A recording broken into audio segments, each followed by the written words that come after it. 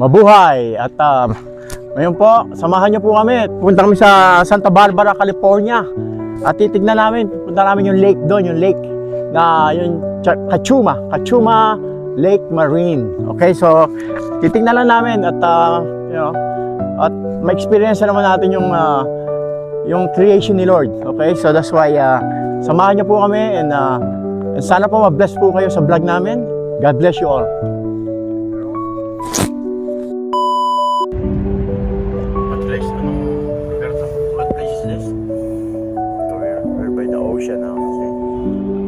Malibu. Okay. Malibu.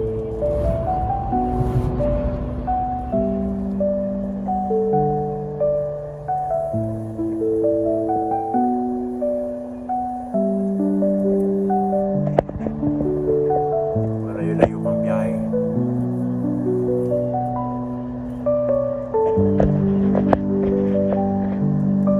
May bisos mga sakyan sa freeway.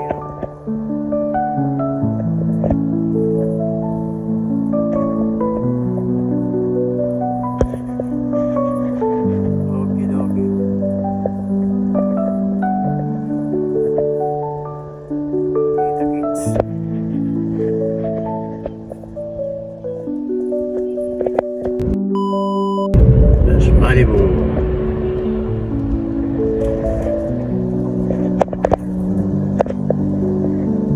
Mga bahay dito nasa taas. Okay. Sa tuktok ng bundok.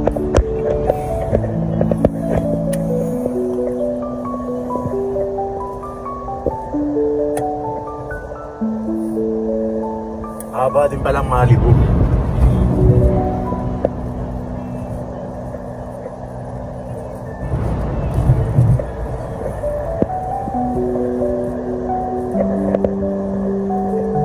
Sa sightseeing na tayo.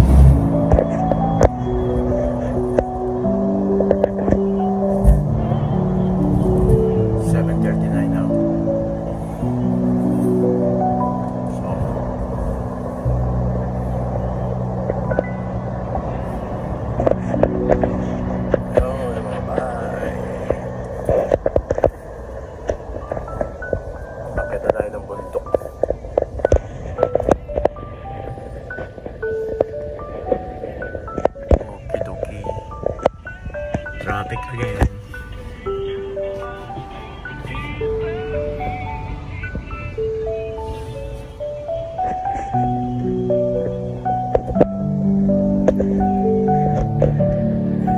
Wet way.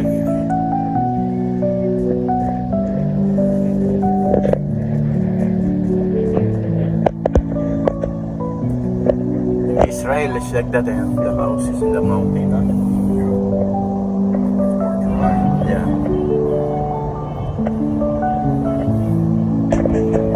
Okie dokie. There's a nice mountain there, huh?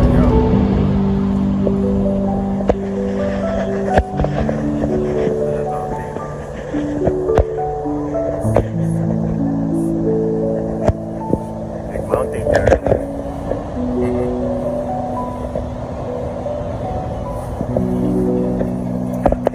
Masarap bumiyahe pag ganun itong drive. Marami ka makikita ang magandang tanawin. Okay, okay. Mission San Juan Capistrano. There you go. Correct. Mission Santa Barbara. I know yung Mission Pinoy. Okay. Kind of traffic. We are here right now to our destination.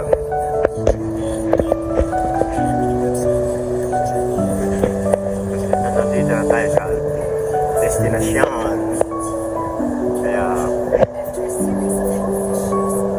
hindi pa natin alam kung saan tayo pupunta. Okidoki.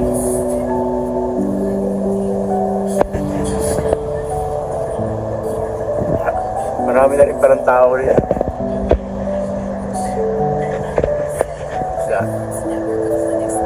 Los Positos, La Cumbre.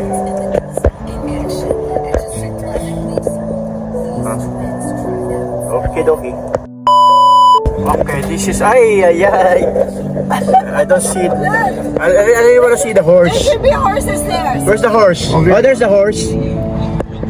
Yan, mga kabayan. Sumakay. Magkano kaya? No, I think that's not the horse. I wanna call my grandpa, my lolo.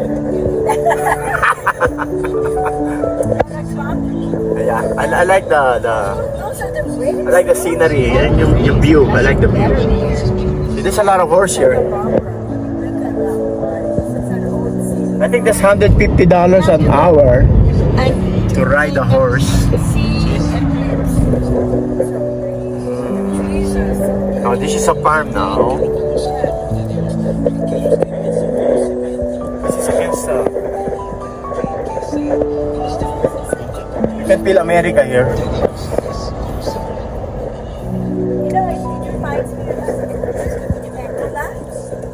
Okay, dokie, kita kids. Babalik. We're here in Camarillo, Santa Barbara. Camarillo.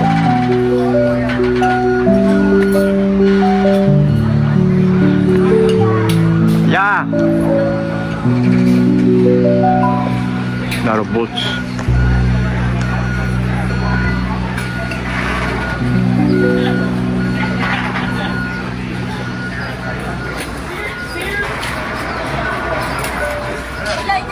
This one? Okay.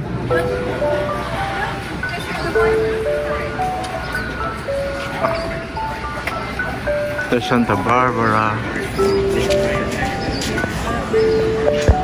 Let's go.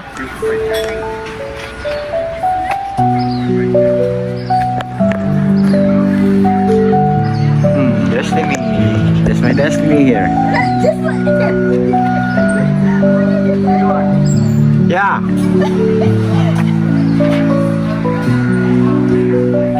Okie dokie. Babalik. Now we're just gonna go eat here to this place. Finally we're gonna go eat. This is the 7th time I think, na restaurant. Okie dokie.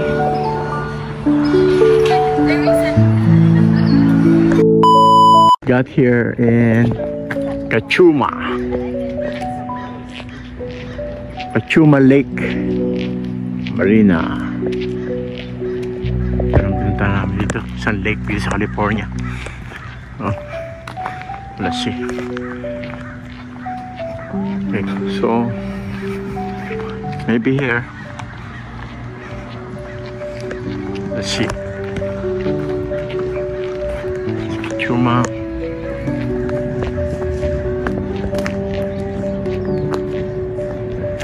Okay.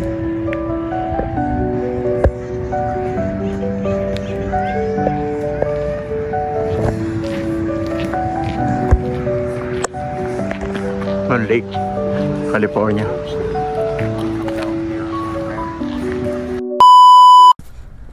Ngayon po at nandito sa lake. Nakita nyo yung lake? See? Yan po at kanina pinakita ko at ngayon magbibigay po tayo ng Bible verse. See? Nandito kami sa Cachuma Lake. Okay? So, palagay ko mas maganda kung doon ako magbibigay ng ng Bible verse. Okay? So, samahan nyo ako. Samahan nyo po ako.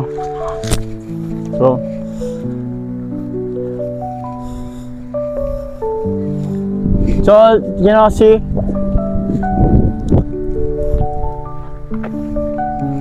Konti lang ang tao dito. Hindi katulad nung nung ibang lake, you know? Bira lang siguro mapunta rito. Baka ko lang ata Pilipino rito. But anyway, God is good. The Lord sent us here, you know. So we're gonna try to share the gospel here, but let's see. But the people accepted the Lord, but wala akong makita. I don't see anybody, you know. So this is the place here. Okay, you can see this. Look, so you can see around, you know, very nice. You know, you can ride a boat if you want, like a rental boat. So you see, you can see It's God's hands, you know. You can see the God's hands here, you know. The glory of God, you can see it, you know, in His own creation. So that's why I think we're gonna open in Psalm 19, you know, because we're talking about the creation of God, you know. See, in Genesis 1, you know, God create heaven and earth. So in the beginning, right? So you can see that already.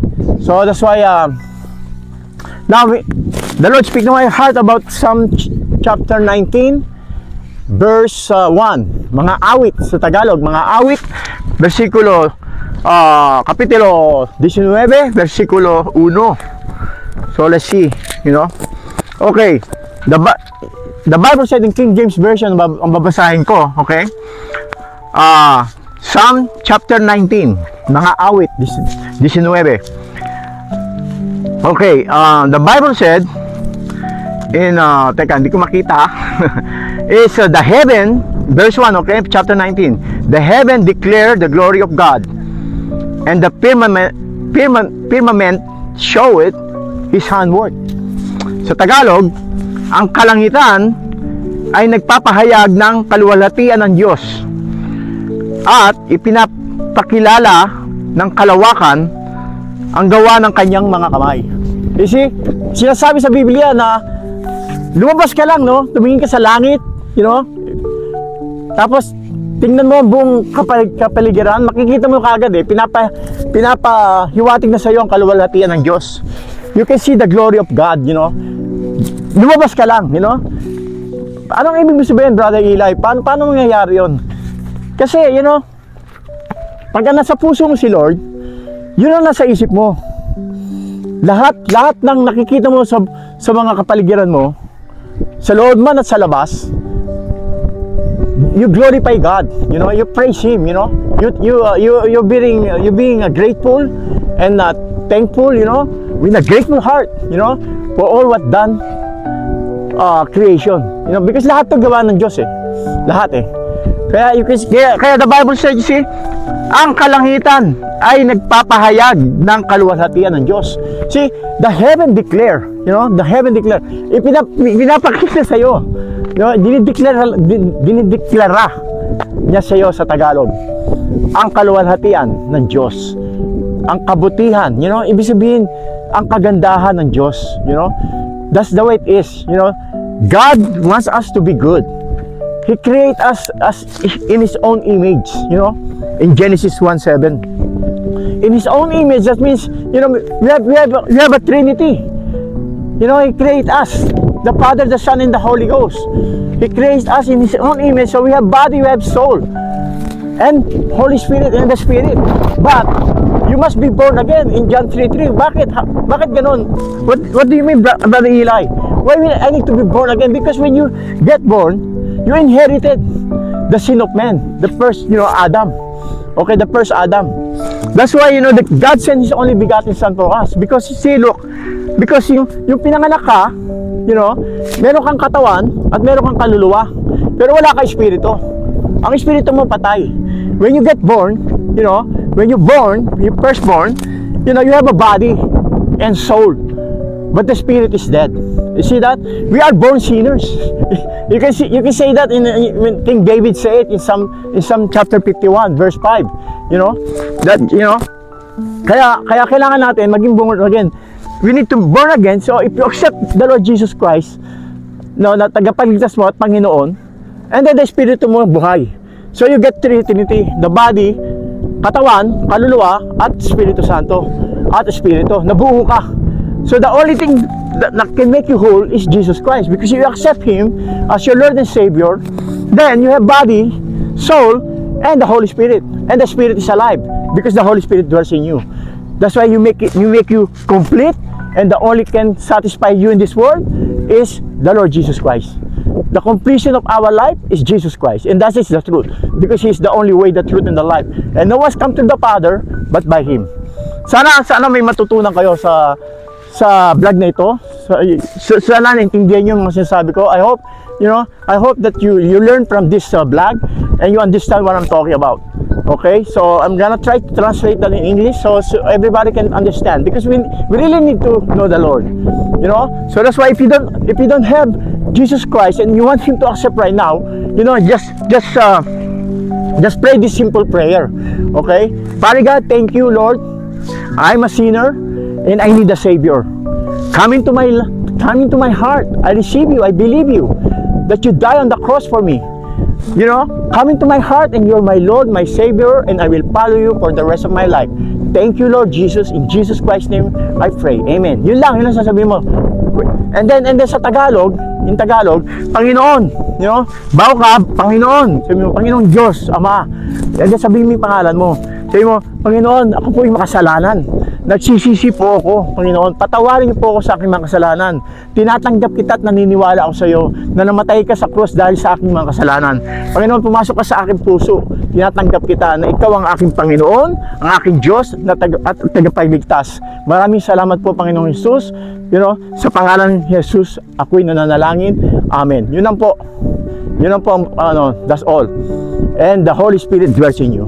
Sana po at supportahan niyo po ang vlog na ito, ang channel na ito, Mission Pinoy, because this channel, the only goal of this channel is to glorify God, only to glorify Him and lift Him up, you know, and to spread the gospel of the Lord Jesus Christ out there. Maraming salamat po and God bless you.